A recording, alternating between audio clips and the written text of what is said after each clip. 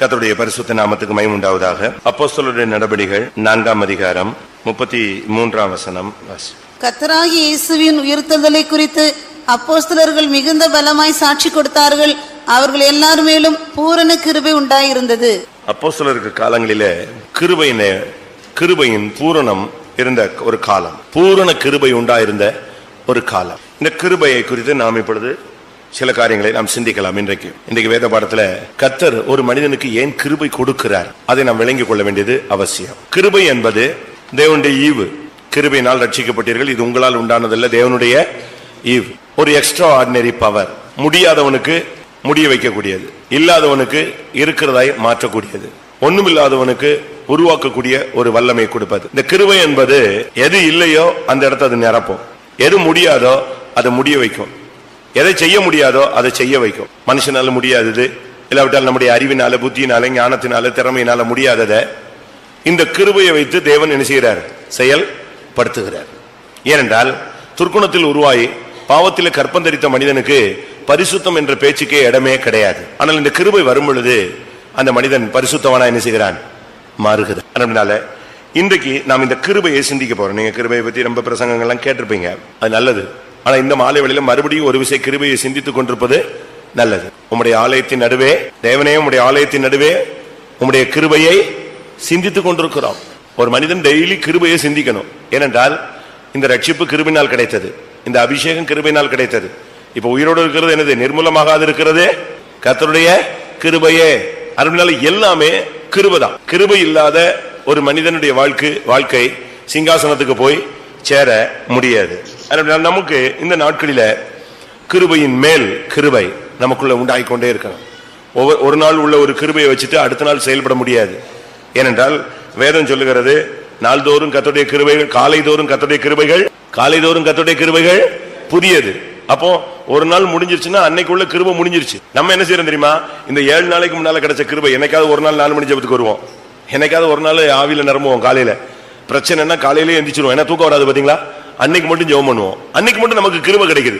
இந்த கிருபையை வச்சுக்கிட்டு தான் நம்ம ஆளுங்க பாதி பேர் வருஷ கணக்கா ஓடுறான். நாள் கணக்கா இல்ல, வாரக்கணக்கா இல்ல, மாச கணக்கா இல்ல, அந்த என்னைக்கோ கிடைச்ச கிருபையை வச்சுக்கிட்டு தான் நம்ம ஆளுங்க பாதி பேர் எதுல ஓடுது? வருஷ கணக்கா போய்கிட்டு இருக்காங்க. அதனாலதான் அவங்களுடைய வாழ்க்கையில எந்த விதமான முன்னேற்றங்கள் இல்லை, அப்படியே அதே ஒரு தேக்க நிலையிலேயே இருப்பாரு. யோவான் சுவிசேஷத்துல நாம் பார்க்கும் பொழுது 1ஆம் அதிகாரம் 16ஆம் வசனம் சொல்லுகிறது, கிருபை மேல் கிருபை. 1:16. அவருடைய பரிபூரணத்தினால் நாம் எல்லாரும் கிருபையின் மேல் கிருபை பெற்றோம். கிருபையின் மேல் கிருபை இருக்கு. நாம் அந்த அனுபவத்தை நம்ம இந்த நாட்களில் பயிற்சி வைக்கணும். காலையில டெய்லி நம்ம கிருபையை பெற்றுக்கொள்ளணும். வேலைக்கு, பிசினஸ்க்கு, குடும்பத்துக்கு, பிரயாணத்துக்கு, சுகத்துக்கு, சமாதானத்துக்கு, இளைப்பாறுதலுக்கு, தெய்வீகத்துக்கு, பிரதிஷ்டைக்கு, ஜனங்கள் மத்தியில் ஜீவிக்கிறதுக்கு, சபை மத்தியில் ஜீவிக்கிறதுக்கு, கர்த்தருடைய வீட்டில் ஜீவிக்கிறதுக்கு, இப்படி எல்லாத்துக்கும் என்ன இருக்கு? ஒவ்வொன்றுக்கும் ஒவ்வொரு கிருபை இருக்கு. அந்தந்த கிருபை வரும்போது அந்தந்த மனுஷன் அந்தந்த இடங்கள்ல ஜெயிச்சுட்டு ஜொலிச்சுட்டு போயிடுவான், அழகா பிரகாசிச்சுட்டு போயிடுவாங்க. ஆனா அந்த கிருபை இல்லங்கும் போதுதான் அங்க ஒரு இருள் சூழ்ந்த பாதையை அவன் சந்திக்கிறான். அதனாலதான் அவருடைய பரிபூரணத்தினால் நாம் கிருபையின் மேல் கிருபை பெற்றோம். நமக்கு இந்த நாட்கள்ல எல்லாருக்குமே கர்த்தர் கிருபையை தான் நம்ம வண்டியை ஓட வைக்கிறார். இன்னும் சொல்ல போனா அதுதான் நமக்கு ஃபியூவல், எரிபொருளே இதுதான். புதிய ஏற்பாட்டு சபையினுடைய எரிபொருளே இதுதான், கிருபை. பழைய ஏற்பாட்டிலும் உண்மையான தேவனுடைய ஜனங்கள் இந்த கிருபையில தான் அவங்க பிரகாசிச்சாங்க. அதனால நாம் இந்த நாட்களில் கேட்க வேண்டிய முக்கியமான ஒரு இது, எனக்கு அதை தாரும், இதை தாரும், அப்படி தாரும், இப்படி தாரும் இல்ல, கிருபையை வச்சுக்கிட்டே எல்லாம் செஞ்சிடலாம், எல்லாத்தையுமே கிராஸ் பண்ணி போயிடலாம். ஒரு நாட்டில் இறங்கின உடனே அந்த நாட்டினுடைய கரன்சியை நம்ம பெற்றுக்கொள்ளணும். இந்த நாட்டு கரன்சி வச்சு அங்கே என்ன செய்ய முடியாது, வண்டி ஓட்ட முடியாது. இறங்கின உடனே எக்ஸ்சேஞ்சில் அந்த நாட்டு கரன்சியை நம்ம எடுத்துக்கிட்டா அங்கிருந்து நம்ம புறப்படுற வரைக்கும் அது நமக்கு என்ன செய்யும்? யூஸ் ஆகும். அதுபோல ஒவ்வொரு நாளும் நீங்க இந்த கிருபையை பெற்றுக்கிட்டே இருக்கணும். ஒரு 10 நிமிஷம் இருந்தா அதை பெற்றுக்கலாம். அநேகருடைய ஸ்தோத்திரத்தினாலே கிருபை பெருகும். ஃபேமிலியா உட்காந்து காலையில ஸ்தோத்திரம் பண்ணிட்டு நம்ம ஃபேமிலியில எல்லாருக்குமே கிருபை கொடுத்துட்டாருன்னு அர்த்தம். அன்னைக்கு ஃபுல்லா அந்த கிருபையை வச்சுக்கிட்டு ரன் பண்ணிக்கிட்டே இருக்கலாம்.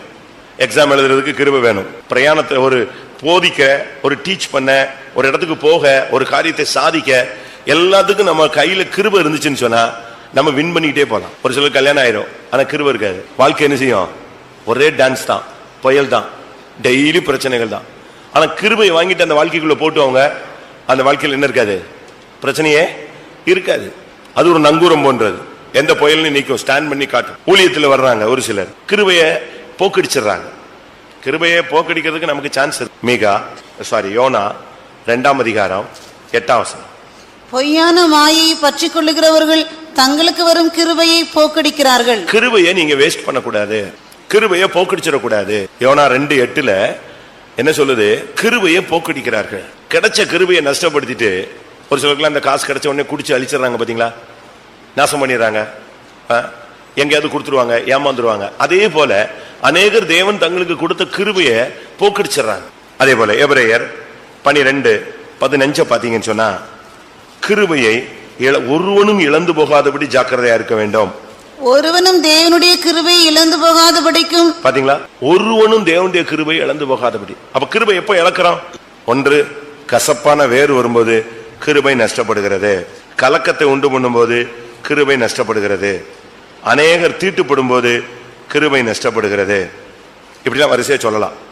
இதுக்கு மெயின் தீம் வந்து கசப்பான வேறு தான். ஒருவனும் தேவனுடைய கிருபையை இழந்து போகாதபடிக்கும், யாதொரு கசப்பான வேறு முளைத்தெலும்பி கலக்கம் உண்டான அநேகர் தீட்டுப்படாதபடிக்கும். அப்படியானால் இந்த நாட்கள்ல நமக்கு கிருபை தேவை. எவ்வளவு கிருபை இருக்கு உங்களுக்கு? இந்த கிருபைக்கு ஒவ்வொரு விதங்கள்ல பேர் சொல்றாங்க. ஒவ்வொருத்தரும் ஒவ்வொரு அனுபவங்களில ஒவ்வொரு விதங்களில இந்த கிருபையை பத்தி பேசுறாங்க. எபேசியருக்கு எழுதும் போது பவுல் 1:7 கிருபையின் ஐஸ்வர்யம் என்று சொல்லுகிறார். அவருடைய கிருபையின் ஐஸ்வர்யத்தின்படியே. அவருடைய கிருபையின் ஐஸ்வர்யம். கிருபையில வந்து அவர் பெரிய ஐஸ்வர்யம். கிருபை வந்து அவருக்கு நிறைந்தவர். அதனால தான் இயேசுவை பத்தி யோவான்ல சொல்லி இருக்கிறது, கிருபையும் சத்தியமும் நிறைந்தவராய்.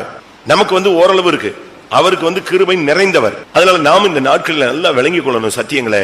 கிருபையின் மேல் கிருபை பெறணும். கிருபையில நாம் ஒரு பூர்ணத்தை பெற்றுக் கொள்ளணும். அப்போஸ்தலர் காலங்களில அந்த ஜனங்கள், அந்த ஊழியர்கள் மேல பூரண கிருபை இருந்தது.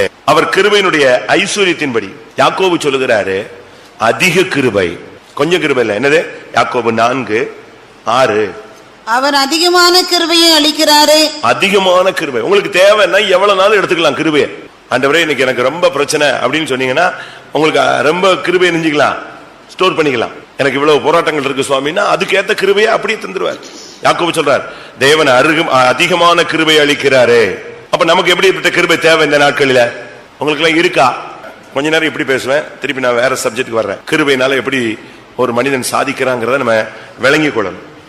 1 பேதுரு சொல்றாரு, சகல கிருபைன்னு சொல்றாரு. 1 பேதுரு 5:10.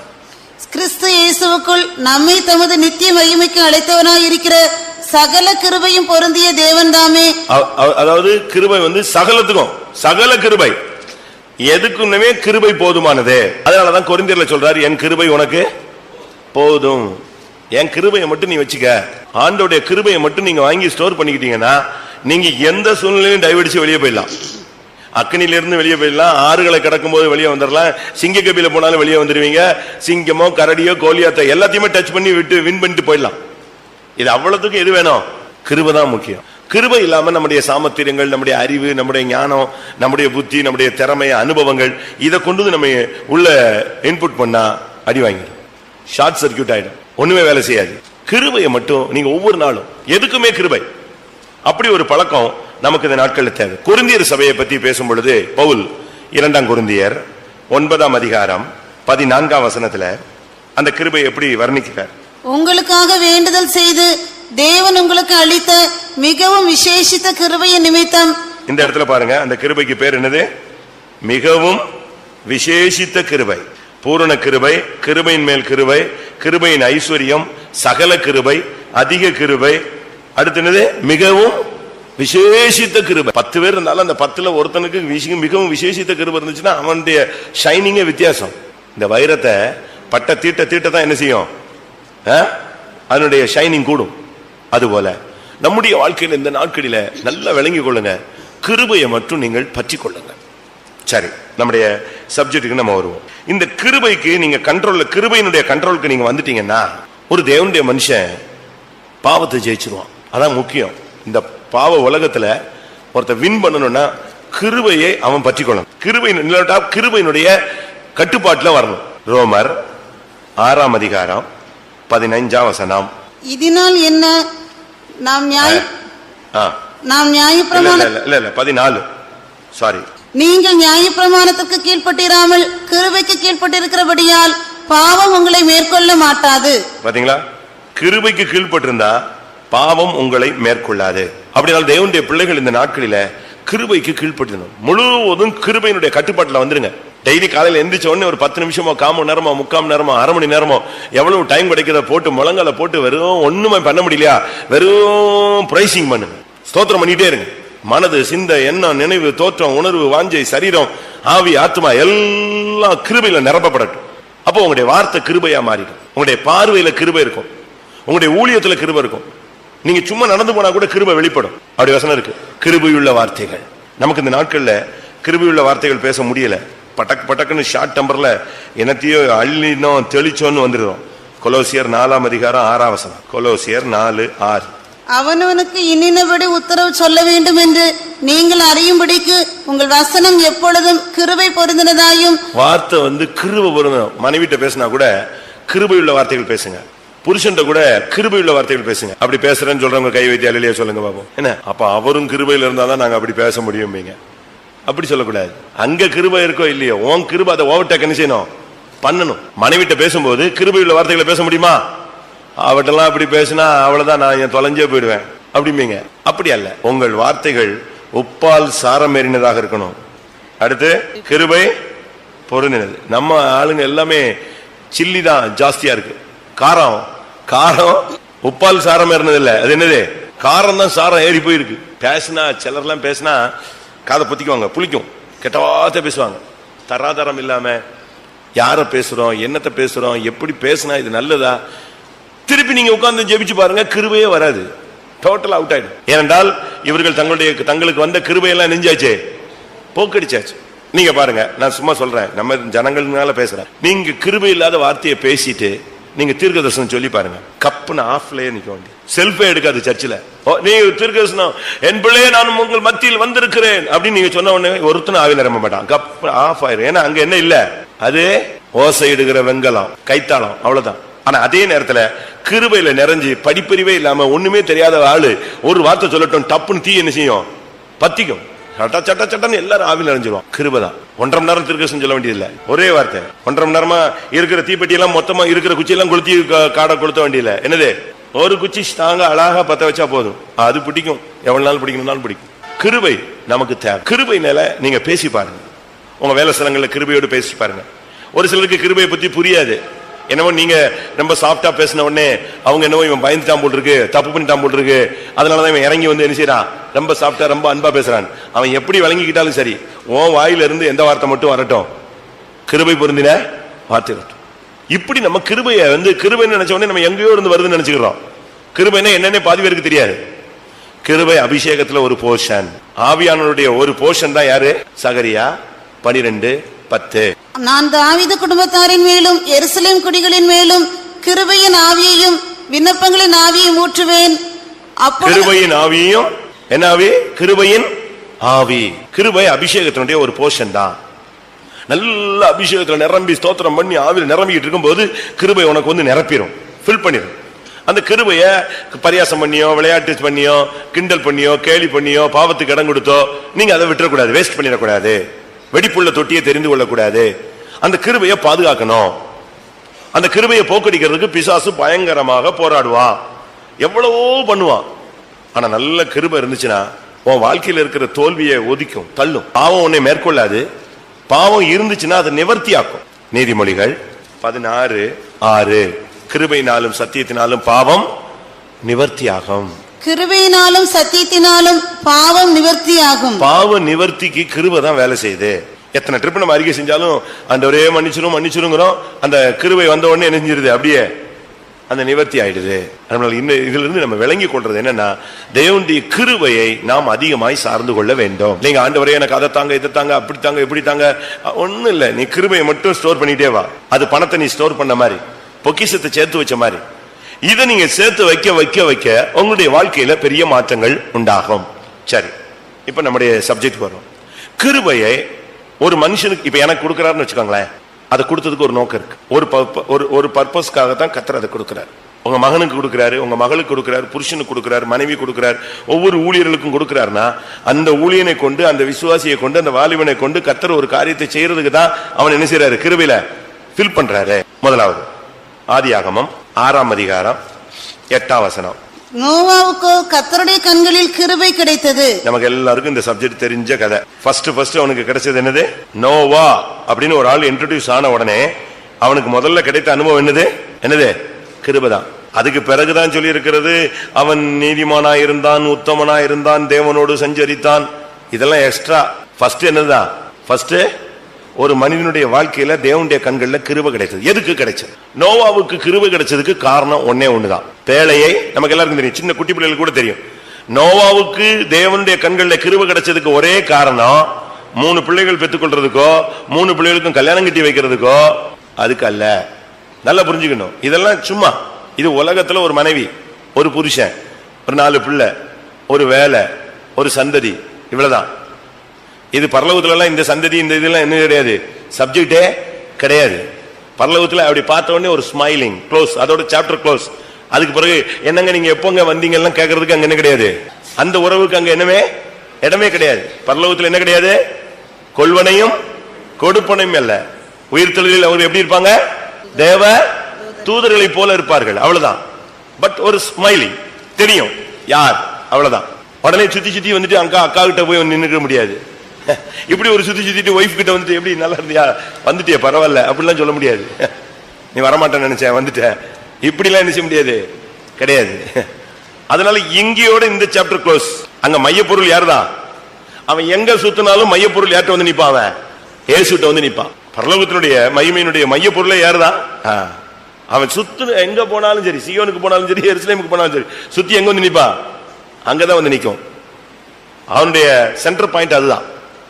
அதனால நமக்கு இந்த நாட்களில தேவன் கிருபையை கொடுத்ததுக்கு ஒரு காரணம் இருக்கு. நோவாவுக்கு தேவனுடைய கண்கள்ல கிருபை கிடைச்சதுன்னு சொன்னா அதுக்கு முக்கியமான காரணமே பேழையை உண்டு பண்ணுவது, 2வது பேழைக்குள் பிரவேசிப்பது. இந்த 2 தான் அவனுடைய வாழ்க்கைக்கு கிருபை கொடுத்து. ஏன்னா பேழையை உண்டு பண்ணதுல நோவா மட்டும் உட்கார்ந்து மரத்தை இழைச்சிட்டு இருக்கல. அந்த ஊர் ஜனங்கள்லாம் கூலிக்கு என்ன செஞ்சாங்க? மரத்தை வெட்ட போனா, மரத்தை இழைச்சான், மரத்தை சேர்த்தான், கீழ் பூசினா, ஆணி அடிச்சான், எல்லாம் செஞ்சதெல்லாம் யாரு தான்? பாதி அந்த ஊர் ஜனங்கள் தான் கூலிக்கு மரம் அடிச்சாங்க. ஆனா அவங்க எதுக்குள்ள வரல? பேழைக்குள்ள வரல. நமக்கு கிருபைக்கு காரணம், நோவாவுக்கு தேவன் கிருபை கொடுத்ததுக்கு காரணம் என்ன தெரியுமா? 2 காரியம். 1 பேழையை உண்டு பண்ணுவது, 2வது பேழைக்குள் பிரவேசித்து. மற்றபடி சேமை பெற்றான், சேம், காம், யாபேத் இவர்களை பெற்றான். அந்த 3 பேருக்கும் 3 மனைவிகளை தெரிந்து கொண்டான். அவர்களுக்கு அருமையான கல்யாணம் கட்டி வைத்தான். அவர்களுக்கு செய்ய வேண்டிய சொத்துக்களை எழுதி கொடுத்தான். ஒன்னும் கிடையாது, சொத்து எழுதி கொடுக்க வேண்டிய அவசியமே கிடையாது. ஏன்னா பேழையிலிருந்து வெளியே வரும்போது முழு உலகம் யார் கண்ட்ரோல்ல தான் இருந்துச்சு? ஒரே ஆள் தான், நோவா. அவனுடைய 3 பிள்ளைகளும் முழு ஆப்பிரிக்கா கண்டமும் அமெரிக்கா கண்டமும் இருக்கிற ஏசியா கண்டமும் எல்லா கண்டத்தையும் நெஞ்சுக்கலாம், பிரிச்சு எடுத்துக்கலாம். அதனால அங்க சொத்து பிரச்சனையே கிடையாது. ஆவிக்குரிய வாழ்க்கையில கிருபை எதற்கு கொடுக்கப்பட்டது? நோவாவை பத்தி பைபிளை நீங்க படிச்சு பாத்தீங்கன்னா, அவனை பிறந்த உடனே அவங்க அம்மா அப்பா நோவான்னு பேர் வச்சாங்க. எதுக்கு? இவன் நம்மை தேற்றுவான். கிருபையினுடைய முதல் நோக்கமே மற்றவங்களுக்கு நீங்க ஆறுதலா இருக்கணும், தேற்றக்கூடியவர்களா இருக்கணும். பேழையை கட்டுறீங்களா? உனக்கு கிருபை கொடுத்ததுக்கு காரணமே சபையை கட்டுவது. இந்த சபையை கட்டுறதுக்கு நீங்க உதவி பண்றீங்களா? ஆமா, நாங்க தானே ஃபேன் வாங்கி போட்டோம், இந்த தூணுக்கு கம்பி நான் தான் வாங்கி கொடுத்தேன். அந்த பேழை இது நாளைக்கு உடஞ்சா எல்லாம் மண்ணா போயிடும். இந்த பேழையே சொல்லல. சபை கட்டப்படுவதற்கு, ஆத்தும ரட்சிப்புக்காக, ஆத்தும மீட்புக்காக, ஆத்தும பரிசுத்தத்திற்காக, ஜனங்களுடைய தெய்வீகத்துக்காக நீங்க என்ன செஞ்சிருக்கீங்க? பேழையை கட்டியிருக்கீங்களா? எத்தனை பேர் பேழையை கட்டிட்டு இருப்பீங்க? உங்களுடைய ஜீவியம் ஒரு பேழை. கிருபை கொடுத்ததுக்கு காரணம் நம்முடைய ஜீவியத்தை கட்டி எழுப்புறது தான். நல்லா அழகாக கட்டணும். அதுக்கு தேவன் ஒரு முறை வச்சிருந்தார். கப்பலுக்குன்னு நீங்க கேள்விப்பட்டீங்கன்னா, ஏர்கிராஃப்ட் அப்படின்னு சொன்னா பிளைட்டுக்கு அதுக்கு ஒரு கான்செப்ட் இருக்கு. அதன்படி செஞ்சாதான் அது பறக்கும். அதே மாதிரி கப்பலுக்கு அதுக்கு ஒரு கான்செப்ட் இருக்கு. அந்த கான்செப்ட் படி செய்யலன்னா கப்பல் என்ன செய்யாது? மிதக்காது, எழுதிட்டு போயிடும் எங்கிட்டாது. நீங்க பாருங்க, நீங்க கடல்ல போய் பாருங்க. இப்போ உள்ள கப்பல்கள் எல்லாம் எதுல செஞ்சதல்ல? மரத்துல செஞ்சதல்ல. அந்த காலத்துல எது செஞ்சாங்க? மரத்துல. இப்ப பாருங்க எப்படி செஞ்சிருக்கான்? ஸ்டீல். எப்படி மிதக்குது? மரம் தானங்க மிதக்கும். நான் சொல்ல சரியா தப்பா? இப்ப உள்ள கப்பல்லாம் ஸ்டீலா மரமா? எப்படி இத்தனை டன்னு இத தண்ணில மிதக்க வைக்கிறான்? அதுக்கு ஒரு கான்செப்ட் இருக்கு. அந்த கரெக்ட் மெத்தட்ல இருந்து அது என்ன செய்யும்? அதுக்குரிய சைஸ், அதுக்குரிய நீளம், அதுக்குரிய அந்த கிளியர் பாயிண்ட் வச்சு வெற்றிடம் கொடுத்தா அது என்ன செய்யும்? அழகா மிதக்கும். அதுபோல நாம இந்த உலகத்துல இந்த பைபிள் வசனங்கிற கான்செப்ட்ல கரெக்டா போனோம்னா இந்த உலகமாகிய பாவ உலகத்துல மூழ்காம என்ன செய்யலாம்? பயணம் போய்கிட்டே இருக்கலாம். அந்த பேழை போய் போய் போய் எங்க போய் சேர்ந்துருச்சு? அரராத் அப்படின்னா பரிசுத்த பூமின்னு அர்த்தம். அரராத்துக்கு பேர் அர்த்தம் பரிசுத்த பூமி. இது மிதந்து மிதந்து மிதந்து போய் எங்க போய் நின்றுடுச்சு? அரராத் மலையில போய் நின்றுடுச்சு, பரிசுத்த பூமியில போய் நிக்கும். நமக்கு கிருபை கொடுத்ததுக்கு காரணமே உன்னுடைய ஜீவியத்தை கட்டி எழுப்புறது தான். பேழையே கட்டு, இந்த சபையை கட்டுங்க. இந்த சபையை உடைச்சிடாதீங்க, நாசரேத்து சபையை உடைச்சிடாதீங்க. நீங்க சண்டை போட்டு உங்க பிரஸ்டீஜ், உங்களுடைய மதிப்பு, உங்களுடைய காரியம், உங்களுடைய தனிப்பட்ட காரியத்துக்காக நீங்க வாக்குவாதமும் கருத்து வேறுபாடுகளும் கசப்புகளும் வச்சுக்கிட்டு நாங்க இன்னைக்கு இருப்போம், நாளைக்கு டிரான்ஸ்பர் ஆயிடுவோம். இது நாங்க காக்கா கூட்டம் மாதிரி. சூன் தட்டினா இந்த காக்கா எங்க போயிடும்? அடுத்த மரத்துக்கு போயிடும். ஆனா இங்க இருக்கிறீங்க பாருங்க, நீங்க தெளிவா இந்த சபையை கட்டணும். இல்லைன்னா தேவன் கணக்கு கேட்பார். இந்த சபையை கட்டாம நீ இப்படி பண்ணிட்ட, என் சரீரமாகிய சபையை அணிஞ்சிட்ட, நீ குத்திட்ட, விழாவில் குத்திட்ட, என் சரீரமாகிய சபையை கையில ஆணி அடிச்சுட்ட, என் சரீரமாகிய சபையை நீ நெஞ்சிட்ட. நான் இன்னைக்கு ஒரு புக் படிச்சேன். ஒரு போதகர் ரொம்ப அருமையா டீச் பண்ணுவாராம் பைபிள் காலேஜ்ல. ரொம்ப அருமையான டீச்சர். சரி, அவர் ஒவ்வொரு நாளும் ஒவ்வொரு விதங்கள்ல போதிப்பாராம். அப்போ அன்னைக்கு இவங்க ஸ்கூலுக்கு போனா, அந்த கிளாஸுக்கு போனா, கிளாஸ்ல ஒரு கன் இருந்து, ஒரே ஒரு கன். இருந்தாலும் இன்னைக்கு டீச்சிங் எது தூக்கிட்டு வந்துட்டாரு? பைபிளை பத்தி பிரசங்கம் பண்றதுக்கு எது தூக்கிட்டு வந்துட்டாரு? புரியுதா? தமிழ் கேக்குதா? துப்பாக்கி வச்சுட்டு இருந்தாலும் போதகத்துக்கு வந்திருக்காருன்னு யோசிச்சா, சோகத்துல அந்த துப்பாக்கி சுடுறதுக்கு டார்கெட் வச்சிருந்தாராம். எந்த இடத்துல சுடணும் அப்படி ஒரு கேப் கேப் கேப் கேப்பா கொடுத்து ஒரு இடம் இருக்கு. அப்ப சொன்னாரா, இத்தனை பேர் இருக்கீங்க இல்லையா, இத்தனை பேரும் போய் உங்களுக்கு யாரெல்லாம் பிடிக்கலையோ அவங்க படத்தெல்லாம் அதுல வரைங்கன்னாரா. உடனே எல்லாரும் போய் இஷ்டத்துக்கு அணிஞ்சிட்டாங்க. பக்கத்து வீட்டுக்காரன், கூட படிக்கிற பையன், கூட படிக்கிற பொண்ணு, எவ்வளெல்லாம் பிடிக்கலையோ மொத்தத்தையும் வரைஞ்சிட்டாங்க. ரைட்டு. இப்போ ஒவ்வொருத்தையும் துப்பாக்கி கொடுத்து ஒரு குண்டு ஃபில் பண்ணி, ஒரு புல்லட்டை ஃபில் பண்ணி அடிமாரு. அவங்க ரொம்ப கோவத்தில் நினைச்சிடான், கரெக்டா அடிக்கிறான், பிச்சுக்கிட்டு போகுது அந்த ஆளு படத்துல. சரி, முடிஞ்சிருச்சு, ஓகே ரைட் அப்படின்னு அந்த டார்கெட் அப்படி கிழிச்சாரு. டார்கெட்டை கிழிச்சா உள்ள ஒவ்வொரு படத்துக்கும் பின்னால இயேசுவின் படம் இருந்துச்சான். ஒவ்வொரு படத்துக்கும் பின்னால அவர் ஏற்கனவே எதை வச்சுட்டாரு?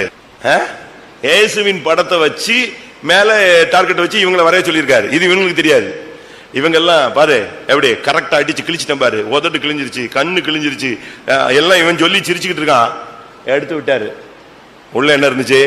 ஒரு படத்துல இயேசுவுக்கு கண்ணு இல்ல, ஒரு படத்துல இயேசுவுக்கு மூக்கு இல்ல, ஒரு படத்துல இயேசுவுக்கு விழாவே இல்லை. ஏன்னா இவங்க அடிச்சு அடியில எணிஞ்சிருச்சு எல்லாமே. இதுதான் நடந்தது. இதுதான் இப்போதைய இத்தனை வருஷம் நீ பைபிள் காலேஜ்ல படிச்சு உன் புத்தி நிலவரம் இதுதான் சொன்னாராம். வேணா வேர்ட் ஆஃப் கிரைஸ்ட் புக்கை படிச்சு பாருங்க. எதுக்கு இதை சொல்றேன்னா, நம்ம இந்த சிறியரில் ஒருவனுக்கு எதை செய்தீர்களோ அதை எனக்கே செய்தீர்கள். இந்த சபைக்கு நீங்க பாதிப்பு உண்டாக்குறீங்களா? இந்த பேழையை நீங்க கட்டுறீங்களா? இந்த பேழையை உடைக்கிறீங்களா? பேழையை அருமையா செஞ்சுட்டு கடைசியில நோவா ஒண்ணு செஞ்சாரு. ஏன்னா எல்லா பலகையும் இணைச்சாச்சு. இந்த பலகை கேப்புக்குள்ள தண்ணி வரக்கூடாதுன்னு எதை போட்டாரா? கீழ் பூசினார். அதான் முக்கியம். அன்பு திரளான பாவங்களை மூடும். பேழையை கட்டிட்டாங்க, அதுக்கு ஆணி அடிச்சாச்சு, கொப்பேர் மரத்துல செஞ்சாச்சு, 450 அடி நீளத்துல செஞ்சாச்சு, ஸ்டெப் ஸ்டெப் ஸ்டெப் ஸ்டெப்பா பண்ணியாச்சு, ஒரு கதவு வச்சாச்சு, எல்லாம் கரெக்ட். ஆனா இப்ப அது தண்ணியில மிதக்காது. மரம் தான், ஆனா மிதக்காது. ஏன்னா எல்லாத்துலயும் என்ன இருக்கு?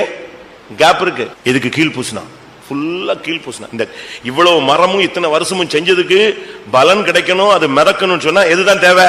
வாசிங்க ஆதியாகமம். எல்லாவற்றுக்கும் கீழ் பூசினா 6:14. நீ கொப்பேர் மரத்தால் உனக்கு ஒரு பேழை உண்டாக்கு, அந்த பேழையிலே அறைகளை உண்டு பண்ணி அதை உள்ளும் புறமுமாக கீழ் பூசு. உள்ளையும் பூசிரு, வெளியும் பூசிரு. தண்ணி எங்க இருந்து என்ன செய்யக்கூடாது? உள்ள வந்துடக்கூடாது. 1 பேதுரு 4:8. எல்லாவற்றிற்கும் மேலாக ஒருவரில் ஒருவர் ஊக்கமான அன்புள்ளவர்களாயிருங்கள், அன்பு திரளான பாவங்களை மூடும். அன்பு திரளான பாவங்களை, எல்லா பலகையிலும் இருக்கிறதான கேப்ப அடைச்சது எதுதான்? இந்த கீழே. நமக்குள்ள பிரச்சனைகள் இருக்குங்க, பிரச்சனை இல்லாமலே கிடையாது. ஆனா இதை எதை வச்சு கரெக்ட் பண்ணிட்டே இருக்கணும்? ஓ அன்புல உன்னையால சரிப்படுத்த முடியல. பரிசுத்தாவிய தேவ அன்பு உன் உள்ளத்துல ஊற்றப்படும் பொழுது கசப்புகளை மறந்து இந்த பேழையை அழகா கட்டணும். நீங்க இந்த பேழைக்குள்ள நீங்கள் பிரவேசிக்கணும். ஏன் கிருபை கொடுக்கப்பட்டதனுடைய மெயின் ரீசன் அங்கே பேழையை கட்டுவது. அடுத்ததாக ஆதியாகமம் 24 அதிகாரம் 7ஆம் வசனம். என் எஜமானாகிய ஆபிரகாமின் தேவனாயிருக்கிற கர்த்தருக்கு ஸ்தோத்திரம். அவர் தம்முடைய கிருபையையும் தம்முடைய உண்மையையும் என் எஜமானை விட்டு நீக்கவில்லை. நான் பிரயாணம் பண்ணி வருகையில் போதும். ஆபிரகாமுக்கு தேவன் கிருபையை விளக்கவில்லை. அவனுக்கு தேவனுடைய கண்கள்ல கிருபை கிடைத்திருந்தது. எதற்காக ஆபிரகாமுக்கு கிருபை கொடுத்தது? எதுக்காக? நம்ம நினைப்போம் ஊர் என்னும் கல்தேயர் தேசத்திலிருந்து கானானுக்குள்ள கொண்டு வர்றதுக்குன்னு. அப்படி அல்ல. வாக்குத்தத்த சந்ததிக்காகத்தான் அவனுக்கு அந்த கிருபை கிடைத்தது. 99 வருஷம் ஆச்சு, வயசாயிடுச்சு, கானானுக்குள்ள வந்தாச்சு, ஆனா இன்னும் பிள்ளை கிடைக்கல. அவனுக்கு தேவன் கிருபை கொடுத்ததுக்கு ஒரே காரணம் என்னது? அவன் சொல்றான், என் எஜமானாகிய ஆபிரகாமின் தேவனாயிருக்கிற கர்த்தருக்கு ஸ்தோத்திரம். அவர் தம்முடைய கிருபையை என்னுடைய எஜமானை விட்டு நீக்கவில்லை. அவருக்கு ஆண்டவர் ஒரு குழந்தையை நெஞ்சிருக்கிறாரு, கொடுத்திருக்கிறாரு. அவன் சொல்றான், என்னுடைய எஜமானுக்கு கர்த்தர் நெஞ்சிருக்கிறாரு, ஒரு அருமையான குழந்தையை கொடுத்திருக்கிறார். அவருக்கு கல்யாணத்துக்கு தான் நான் இப்ப இவ்வளவு தூரம் பிரயாணப்பட்டு ஓடி வந்திருக்கிறேன்னு சொல்றான். அந்த சந்ததி தான் நமக்குள்ள வாக்கு தத்தம் நிறைவேறணும். கிருபை பெற்றா மட்டும் போதாது, நமக்குள்ள ஒரு சந்ததி உருவாகணும், ஜெயஜீவியம் வரணும். இத்தனை வருஷம் ஓடியும் நமக்குள்ள ஜெயஜீவியம் இல்லைன்னா எப்படி? ஜெயஜீவியம் உடனே நீங்க தப்பா விளங்கிடக்கூடாது. இன்னைக்கு நம்முடைய பெண்டிகாஸ்ட் லைன்ல ஜெயஜீவியம் அப்படின்னா ஒரு பெண்ணு ஒரு ஆணு தவறு செய்யறது, இதுதான் ஜெயஜீவியத்தை கெடுத்துட்டுன்னு நினைக்கிறாங்க. தப்பு. தூக்கத்துக்கு ஜெயிக்கிறது பேருக்கு என்னதுதான்? சாப்பாட்டை ஜெயிக்கிறதுக்கு பேரு என்னதுதான்? கோபத்தை ஜெயிக்கிறதுக்கு பேரு என்னதுதான்? இச்சைகளை கண்ட்ரோல் பண்றதுக்கு பேரு என்னதுதான்?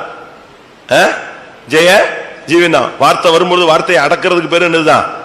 ஜெய ஜீவியம் தான். 100 மீட்டர் ஓடி ஜெயிச்சாலும் அதுக்கு ஜெயம் தான் பேரு. 1500 மீட்டர் ஓடி ஜெயிச்சாலும் அதுக்கு பேரு என்னதுதான்? ஜெயந்தான். குத்துச்சண்டையில ஜெயிச்சாலும் அதுக்கு பேரு என்னதுதான்? ஜெயந்தான். வாலிபால்ல ஜெயிச்சாலும் அதுக்கு பேரு ஜெயந்தான். அதனால ஏதோ ஒண்ணுலதான் நீங்க ஜெயஜீவியன் ஒண்ணு நான் பரிசுத்தமா இருக்கிறேன், நான் பரிசுத்தமா இருக்கிறேன், இதுவரை கர்த்தரை நித்திட்டுப்படாமல். அப்ப இருக்கிறவங்க சண்டை போடுறியா? அது என்னது? ஒருத்தர் குத்திக்கிட்டே இருக்கிறோமே முள்ளு மாதிரி, அதுக்கு பேர் என்ன? அதுல ஜெயஜீவன் கிடைச்சிருக்கா? யோசிச்சு பாருங்க. குற்றம் சொல்றோம், குறை சொல்றோம், வாக்குவாதம் பண்றோம், முறுமுறுக்கிறோம், காட்டி கொடுக்கிறோம், சிலுவையில் அறையிறோம். யூதாஸ் என்ன தப்பு பண்ணிட்டான் சொல்லுங்க? யூதாஸ் என்ன தப்பு பண்ணிட்டான்? விபச்சாரம் பண்ணிட்டானா? விபச்சாரம் பண்ணாரா? வேசித்தனம் பண்ணானா? சொல்லுங்க. இயேசுவை காட்டி கொடுத்தான், 30 வெள்ளி காசுக்காக காட்டி கொடுத்தான். பண ஆசையில் அவனுக்கு ஜெயஜீவே இல்லை. கேஎஸ் என்ன பண்ணிட்டான்? விபச்சாரம் பண்ணாமா? வேசித்தனம் பண்ணானா? ஒண்ணுமே இல்ல. போய் காசை வாங்கிட்டு வந்துட்டான். அது அவனை குஷ்ரோகியா மாத்தி ஊழியத்தை விட்டு வெளியே போச்சு. மும்மடங்கு ஆசீர்வாதத்தோடு ஆவியின் வல்லமையோடு ஊழியம் செய்யும்படியாக அழைக்கப்பட்ட கேயாசி நடுரோட்ல நின்னான், குஷ்ரோகியா. காரணம் என்ன? அவனுக்கு பணத்து மேல என்ன இல்ல, ட்ரெஸ் மேல ஜெயஜீவியம் இல்லை. ட்ரெஸ் மேல அவன் போய் சொல்றான், இப்பதான் எங்க எஜமான பார்க்க ஒருத்தர் வந்தாங்க, மாற்று வஸ்திரம் என்ன செய்யணும், இந்த ட்ரெஸ்ஸை வாங்கிட்டு வந்துட்டு கடைசியில எதை விட்டுட்டான்? மகிமையான ஊழியத்தையும் விட்டு குஷ்ரோகியாக வெளியே போனான். ஜெயஜீவியம் நீங்க என்ன நினைக்கிறீங்க? கோபத்தை அடக்குவது ஜெயஜீவியம், பணாசையை கட்டுப்படுத்துவது ஜெயஜீவியம், தேவ சமூகத்துக்கு வருவது ஒரு ஜெயஜீவியம், தூக்கத்தை ஜெயிப்பது ஒரு ஜெயஜீவியம். வேகம் வரும், உள்ள சிங்கம் வரும், சிங்கத்தை ஆஃப் பண்ணணும், கெபியில போட்டு என்ன செய்யணும்? மூடணும். கைத்தனமான சுபாவம் வரும், அடக்கணும். ஏன்னா நியாயமான விதத்திலேயே நம்ம கோவப்பட வேண்டிய சூழ்நிலை வரும். அதுல கிருபை இழந்துடக்கூடாது. ஜெயஜீவியம் நம்ம ஆளுங்கெல்லாம் வேற மாதிரி விளங்கிக்கிறாங்க. இதுதாங்க ஜெயஜீவியம். கூட்டத்தை விட்டு எழுப்பி போனுங்க, உட்காரு, காலை பிடிச்சு உட்கார வை, அமைதியா இருக்கு, 10 நிமிஷம் உட்கார வை, அது ஜெயிச்சிருவேன். இப்படி உன்னை கட்டுப்படுத்துறது, உன்னை கண்ட்ரோல் பண்றதுக்கு தான் ஜெயஜீவியன். கர்த்தர் ஆபிரகாமுக்கு ஒரு ஜெயத்தை கொடுத்தார். அவனுக்கு கொடுத்த கிருபையினால அந்த குழந்தை கிடைச்சது, ஈசாக் கிடைச்சது. ஈசாக் இல்லைன்னா ஆபிரகாமுடைய லைஃப் அதோட இணைஞ்சது. இப்ப இன்னைக்கு பல சபைகள் உண்டாகுதுங்க. அதுக்கு அடுத்து அந்த சந்ததியில ஒரு சரியான ஒரு வம்சாவளியில ஒரு பாஸ்டரோ ஒரு இல்லாவிட்ட அந்த தொழில் சாலையில அடுத்து ஒரு எம்டியோ வரலன்னா அந்த கம்பெனி அதோட இணைஞ்சு க்ளோஸ். இவ்வளவு பெரிய ஆவிக்குரிய சந்ததி இல்லாவிட்டால் பூமிக்குரிய இஸ்ரவேலர் தோன்றதுக்கு ஒரே ஆள் யாரு தான் காரணம்? இஸ்ரேல். இஸ்ரேல் தோன்றதுக்கு காரணம் யாரு? ஈசாக்கு, இஸ்மவேல் அல்ல. யாரு? இந்த ஈசாக்கு தான். இவ்வளவு பெரிய துஷ்ட சந்ததி தோன்றதுக்கு காரணம் வேற ஒரு காரணமா வேற ஒரு ஆளா இருந்தாலும் இஸ்ரேல் தோன்றதுக்கு காரணம் யாரு தான்? ஈசாக்கு தான். நமக்குள்ள ஒரு ஜெயஜீவியம் வரணும். வெளிப்படுத்தல் 12ஆம் அதிகாரத்துல அந்த பெண் பிரசவ வேதனைப்பட்டு அலறினாள். அவளுக்குள்ள இருந்து சிங்காசனத்தை சுதந்திரிக்கக்கூடிய ஒரு ஆண் பிள்ளை பிறந்தது. அது சிங்காசனத்துக்கு எடுத்துக்கொள்ளப்பட்டது. சகலத்தையும் ஆளுகை செய்கிற ஒரு வல்லமை அவளுக்குள்ள இருந்தது. அதுபோல ஆபிரகாமத்தை நீங்க பத்தி என்னென்னமோ படிக்கலாங்க. பிள்ளைய பலியிட போனா, அதை பண்ணா, இதை பண்ணா, அது ஒரு பகுதியில் நிறைவு. இன்னொரு பகுதியில் கேத்துரால கல்யாணம் கட்டிட்டான், ஆகார கல்யாணம் கட்டிட்டான், இஸ்மவேலை பெற்றுட்டான். இப்படி இது ஒரு டிமெரிட்ஸ், குறைவு நிறைவு எவ்வளவோ இருக்கு. ஆனா தேவன் அவனுக்கு கிருபை கொடுத்ததுக்கு காரணமே என்னதுதான்? வாக்குத்தத்த சந்ததி அவனுக்குள்ள ஒரு ஜெயத்தின் அனுபவத்தை கொண்டு வரதுக்கு தான் கர்த்தர் அவனுக்கு கிருபை கொடுத்தார். ஆதியாகமம் 39:21. கர்த்தரோ யோசேப்போடு இருந்து அவன் மேல் கிருபை வைத்து யோசேப்புலாம் இவ்வளவு தூரம் வரணும்னா ரொம்ப கஷ்டங்க. நம்மள மாதிரி பைபிள் கிடையாது, நம்மள மாதிரி பரிசுத்தாவின் அந்நிய பாஷை அபிஷேகம் கிடையாது, ஒரு பாஸ்டரோட ஐக்கியமோ வழிநடத்துவதோ கிடையாது, சொந்த அம்மா அப்பாவுடைய கைடன்ஸு கிடையாது, சொந்த வீட்டுல கிடையாது, அந்நிய தேசம், அந்நிய பாஷை, மொழி தெரியாத ஜனங்கள் மத்தியில ஒரு அடிமையாக இருந்து அந்த இடத்துல இவன் நின்னதுக்கு நின்னு ஜெயிச்சுட்டானா அது காரணம் யாரு?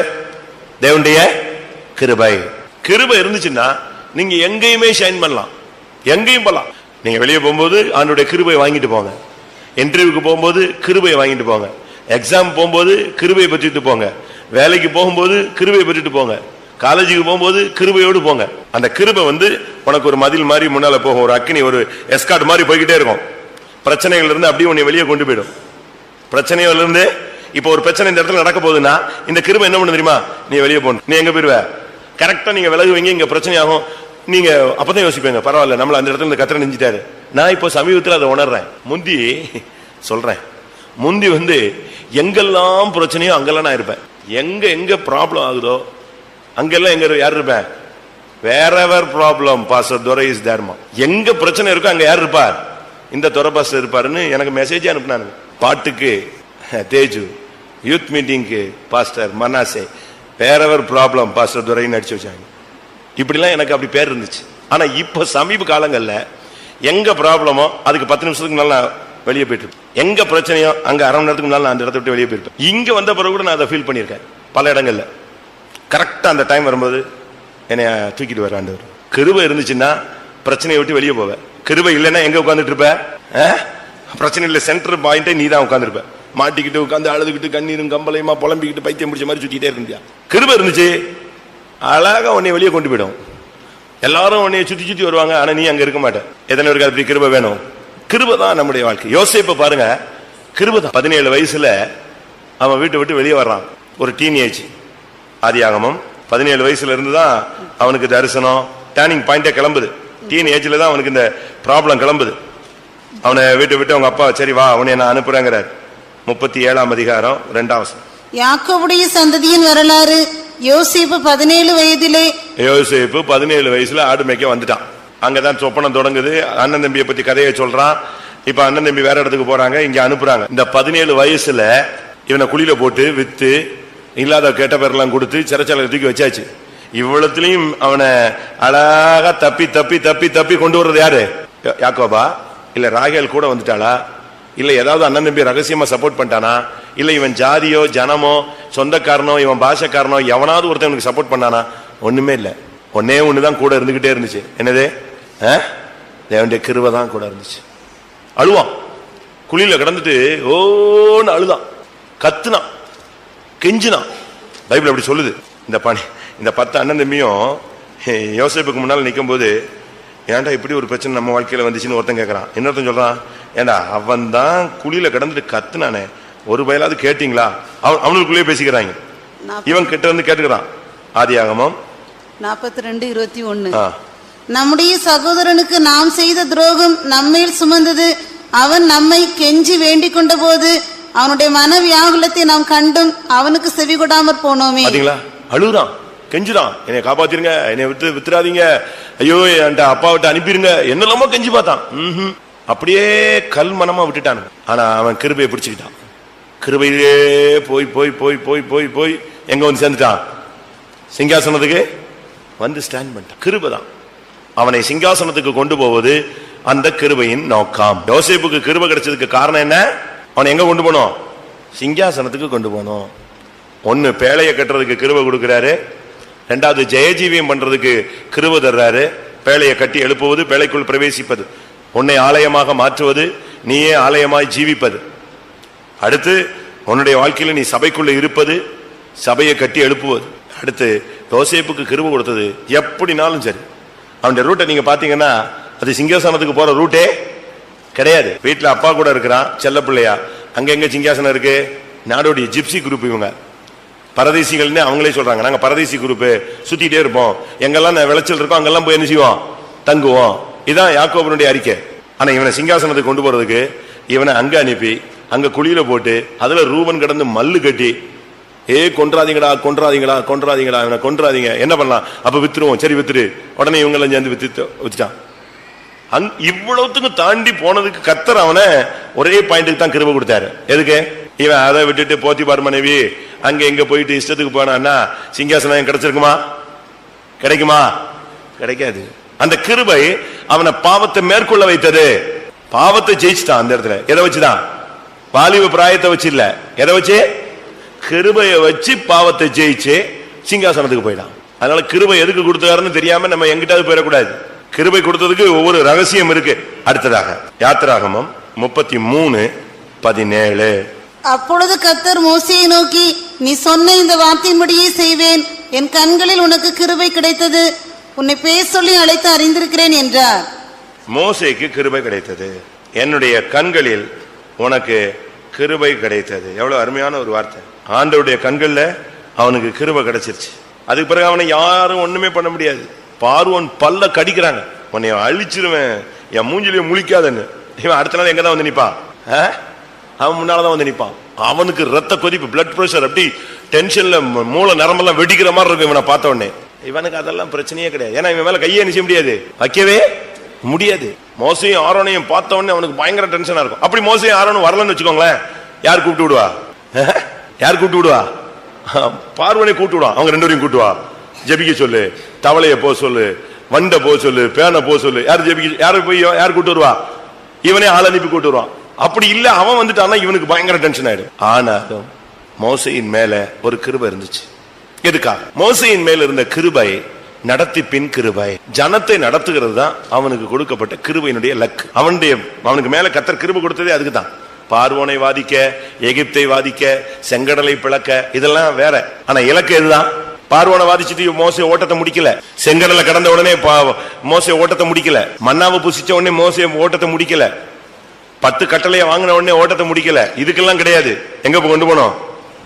இந்த ஜனத்தை நடத்துறதுக்கு கிருபையை கர்த்தர் கொடுத்து வச்சிருந்தார். நம்மள மாதிரி ஆள்னா ஒன்னு ரிசைன் பண்ணிருப்போம், இல்லைன்னா சூசைட் பண்ணி தொங்கிருப்போம். அவனுங்க பண்ற சேட்டைக்கு ஒவ்வொருத்தனும் ஒவ்வொரு மாதிரி பேசுவான். 6 லட்சம் பேரு. ஒருத்தன் சொல்லுவான், நீ உன்னை உயர்த்துகிறாய் அப்படிமா. இன்னொருத்தன் சொல்லுவான், நீ என்ன செய்ய மிஞ்சி போகிறாய் அப்படிமா. இன்னொருத்தன் சொல்லுவான், கர்த்தர் ஒன்ட்டதான் பேசுறாரா, எங்கிட்ட பேச மாட்டாரோ அப்படிமா. இப்படி ஒவ்வொன்னா பேசி இவனை டென்ஷன் ஆக்கி விட்டுருவாங்க. இவன் அப்படியே ஆட்டுக்குட்டி மாதிரி உட்காந்துட்டு, இல்ல நீங்க அப்படி சொல்லாதீங்க, இப்படி சொல்லாதீங்க, அப்படி சொல்லாதீங்கம்மா. ஆனா இதே பழைய மோசையா இருந்தா நினைஞ்சிருப்பான், ஒரே வெட்டி போடுவான். கர்த்தர் இந்த கிருபை அவனுடைய சுவாவத்தை மாத்தி இந்த ஜனத்தை நடத்துறதுக்கு வச்சார். ஆனா ஒரே ஒரு வருத்தம் என்ன தெரியுமா? ஒரு லிமிட்ல இவனால கண்ட்ரோல் பண்ண முடியாம தப்பிட்டான். அவன் சொல்றான், இந்த ஜனத்தை நான் பெற்றேனா, இந்த ஜனத்தை நான் சுமக்கணுமா, இவங்களை ஏன் தூக்கிட்டு அலையணும், எனக்கு எதுக்கு இந்த வேலை அப்படின்னா. அப்பனா ஆண்டவர் சொன்னாரு, சரி அப்படின்னா உன்கிட்ட இருக்கிற ஆவியெல்லாம் நான் எடுத்து யார் மேல வச்சிடறேன்?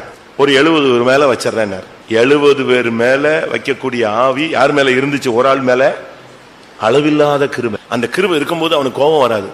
அந்த கிருபை இருக்கும்போது அவசரப்பட மாட்டான். அந்த கிருபை இருக்கும்போது டென்ஷனே ஆகாது அவனுக்கு. அந்த கிருபை இருக்கும்போது அப்படியே பேசாம போய் உட்காந்து. அவனுடைய அண்ணனும் அக்காவும் அவனை பத்தி பயங்கரமா பேசுறாங்க. சொந்த அண்ணனும் அக்காவும் அவன் அதை பத்தி பிரச்சனையே பண்ணல, சரி என்னத்தையா பேசிட்டு போறாங்க. ஆண்டவருக்கு தான் டென்ஷன் ஆயிடுச்சு. அதை கேட்டு கூப்பிட்டு விட்டாரு, எல்லாரையும் வா, மோசே வா, ஆரோன் வா, மிரியாம் வா, தேவ சமூகத்துக்கு வான்னு ஒரே அடியில மிரியாம யாராக்கிட்டாரு, குஷ்ரோகியா மாத்திட்டாரு. வாங்கிட்டியா? ஸ்தோத்திரம். என்ன பேசுனா பாத்தியா அப்படின்னு அவன் என்ன சொன்னானா? நம்ம இன்னும் 2ஆம் கிளாஸ் பிள்ளைங்க மாதிரி தான். இப்ப நம்ம வீட்டுல யாராவது ஒரு சின்ன ஏதாவது பிரச்சனை பண்ணிட்டு போய் குப்புற விழுந்துட்டான்னு வச்சுக்கா, என்னை தொட்டி இல்ல கூப்புற விழுந்துட்ட பத்தியா, சென்னை தோட்டம் எதிர்த்தது நின்னதே கிடையாது. இப்படிலாம் நீங்க பேசுனீங்கன்னா வளர்ச்சியற்ற விசுவாசிகள், மூளை வளர்ச்சியற்ற குழந்தைகள். அதுக்குதான் எப்ப சிரிக்கணும்னு தெரியாது, எப்ப பேசணும்னு தெரியாது, எப்ப அழணும்னு தெரியாது. பகுத்தறிவற்ற ஒரு தன்மை. மோசே அப்படி இல்லை, அம்பாட்டுக்கு இருப்பான். தன்னை ஏசி தன்னை பத்தி பேசுனதுக்காக குஷ்டரோகத்துல பாதிக்கப்பட்ட பெண்ணுக்காக தான் அக்காவுக்காக ஜெபிச்சது யாரு? மோசே. அவனுடைய கிருபை அப்படி இருந்துச்சு. நமக்கு அப்படி கிருபை இருக்கா? இருக்கா? இல்லை, வேணும். இன்னைக்கு தேவனுடைய கண்கள் அந்த கிருபையை பெற்றுக்கணும். நீங்க கிருபையை பெற்று பாருங்க. உங்களை பத்தி தப்பா பேசினவங்க எல்லாம் ரைட்டா பேசுவாங்க, உங்களை பத்தி குற்றமா பேசினவங்க எல்லாம் புகழ்ந்து பேசுவாங்க. அப்படியே ட்ரிப் ஆயிடும். அதான் அந்த இந்த கிருபையினுடைய எஃபெக்ட் எப்படின்னா அப்படி சேஞ்ச் பண்ணி காட்டும். புரியுதா உங்களுக்கு? பவுல பத்தி அந்த மெலித்தா தீவில் உள்ளவங்க எல்லாம் பேசுறாங்க, இவன் கப்பல் சேர்த்ததுக்கு தப்பி வந்துட்டான், ஆனா இப்ப சர்ப்பம் கடிச்சிருச்சு, பழி இவனை என்ன செய்யல, விடல, இவன் கொலை பாதகன் அப்படின்னாங்க. கொஞ்ச நேரத்துல அந்த சர்ப்பத்தை உதறி போட்டு அக்னியில எரிஞ்சு போயிருச்சு, இவனுக்கு சாவு வரல, இவன் நல்லா சுத்திட்டு இருந்தான். அதே ஜனம் சொல்லிச்சு, என்ன சொல்லிச்சு, இவன் சாதாரண மனுஷன் இல்லப்பா, இவன் தேவன், இவனுக்குள்ள பெரிய வல்லமை இருக்கு. அப்ப ஜனங்கள் அந்த கிருபையை பார்த்த உடனே பழி போய் எது வருது? நல்ல பேச்சு வருது. அதனால கிருபையை பெற்றுக்கொள்ளுங்க. இன்னைக்கு நம்ம எத்தனை பேருக்கு இந்த கிருபை இருக்கு? மோசேக்கு அளிக்கப்பட்ட கிருபை நடத்திப்பின் கிருபை.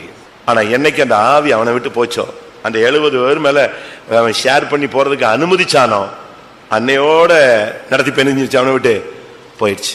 பாத்தீங்களா? கானானுக்குள்ள என்ன செய்யல, போகல. பாத்தீங்களா? அடக்காரானெல்லாம் நல்லா நடந்துச்சு. நம்ம போகட்டாலும் யாரு வந்தா? தேவன் வந்தாரு, தூதர்கள் வந்தாங்க, நல்ல அடக்காராதனை. சென்ட்ரல் பாஸ் எல்லாம் வருவாங்க பல இடத்துல இருந்து. ஆனா எது எங்க போகாது வண்டி? கானானுக்குள்ள போகல. காரணம், தனக்கு இருந்த கிருபையை அவன் மறுதலித்தான். என்னால இப்படிலாம் சுமக்க முடியாது, இவங்களெல்லாம் நடத்த முடியாது, இவங்களெல்லாம் கொண்டு போக முடியாது. நான் என்ன இவங்களை பெத்தனா, இவங்களை வளர்த்தனா, இவங்களை கொண்டு போய் நான் இவ்வளவு கஷ்டப்படணுமா?